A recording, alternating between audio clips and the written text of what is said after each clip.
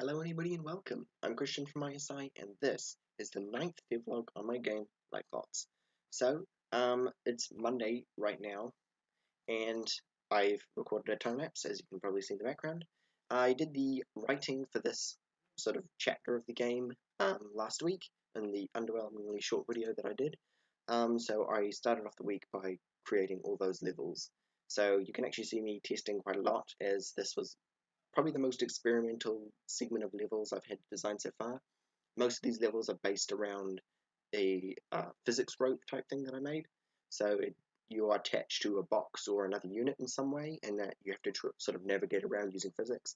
It made it really hard because of things like, physics and drag and stuff. So as you're running around, often the box is weighing down on you, which slows down how quickly you can move, and there's a whole bunch of other things like that that overall just make it a lot harder to design levels for it, because most of the time I've known that your character can only jump about 4 units high, and that's as high as he can jump. But as soon as he's like drag involved and stuff, suddenly it's a lot more than that, which has made it a lot harder to make levels that you can actually jump around. I'm thinking of maybe redesigning some of the previous levels a little bit just to give them some more jump height, because right now, as you can see, with them tied together, they're struggling to do 3 high jumps, which is quite limiting, especially it's a puzzle game and it's hard to fit a lot of detail in such small amounts of areas. No jumping or anything in level is kind of boring. But yeah, here you can see I tried to make sort of like a swing puzzle where you had to jump one guy up to the middle and then he sort of sits in between those 2 blocks and then the other person has to swing below. Didn't turn out as good as I want. Probably, I found the biggest problem with it was that the rope that I designed was too springy. I do redesign this later, but at the moment I hadn't done it at this point in time, so I might have to change a lot of these levels as well, just because I've made the rope a lot stiffer, so it's less of a giant spring and more like an actual rope. So that's something that I will be checking later on.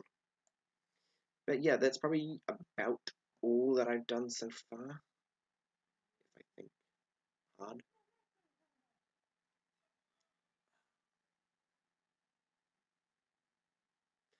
Yeah, that level that just passed, probably should have said something a bit sooner. The level that just passed, they had those really large sort of boxes. Those are actually windows, so that room is actually like a command center type thing of the entire station. So you'll get there and there'll be sort of I'm planning on doing like a parallaxing view, so multiple layers that move at different speeds, and you'll be able to look out over the terrain outside.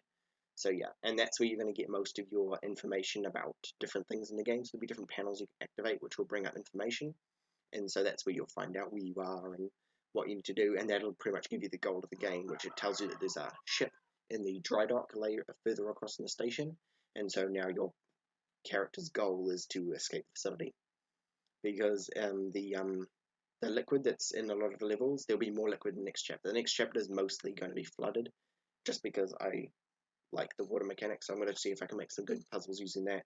But yeah, the fluid that it's flooded with is actually hydrogen or hydrogen fuel. I'm not sure how scientifically accurate that is, but yeah, so the facility is actually leaking because it has a hydrogen refinery inside of it. And so, yeah, you've got to escape as fast as you can before the facility possibly ignites. So that's sort of your goal for the game.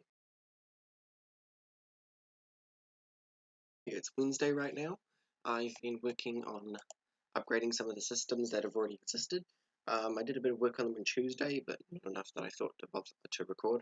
So yeah, so the water mechanics was something that I got the water set up, but I never set up the actual puzzle elements of it. So as you can see, the water, it doesn't look very nice, but I'm going to change that. But I can press spacebar now to activate the function that changes the water height. So now if you open up a drain or something, it'll start filling up like if you open a pipe, the water will start flowing in, or you can open a drain and the water will drain out. So right now I can just press spacebar and it'll go to the height of my character. Now this should work also with gravity. So as the map rotates, it'll still come to the same heights to match the pipe's position and stuff. So that's pretty good. The other thing I've been revamping is let's see which level would be a good one to demonstrate this. I've been changing how trying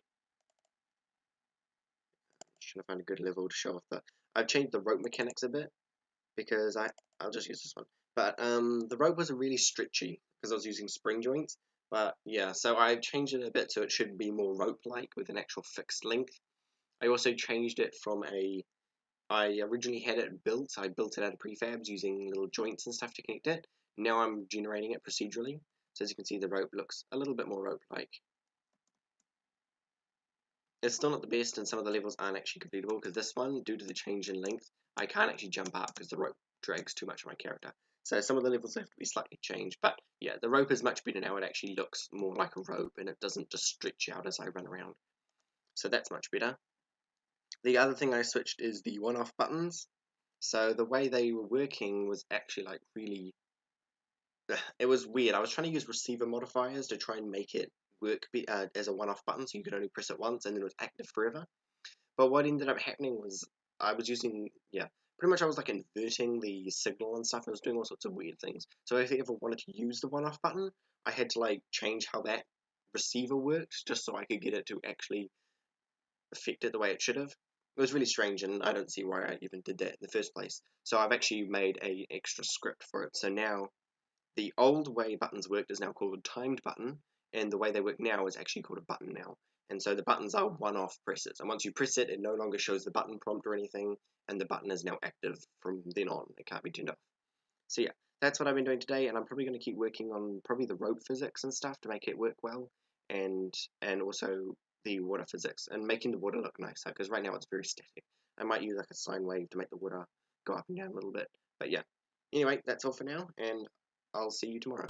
Okay, I've been working on the water again, or still, and I've just added a little sine wave to make the water look a little bit more detailed, a little bit more interesting to look at, and a sprite sheet to it. So if I fly over to where the pool is, here you can see it just goes up and down just the slightest amount, and the water's supposed to have like a ripple. I'll work a bit more on that sprite sheet just to make it look a bit nicer, because right now it's quite pointy and looks kind of ugly, so I'll change that. And yeah, I'd wanted to get more done, like the actual triggers and stuff, so you could press the buttons to raise and lower water level, but that shouldn't take very long anyway. And I'd also wanted to do at least the writing for chapter 3. I should be able to do that next week, as well as the level design. I just got a bit busier at the end of the week than I'd expected to originally. But anyway, yep, that's all for now. I'll see you next time.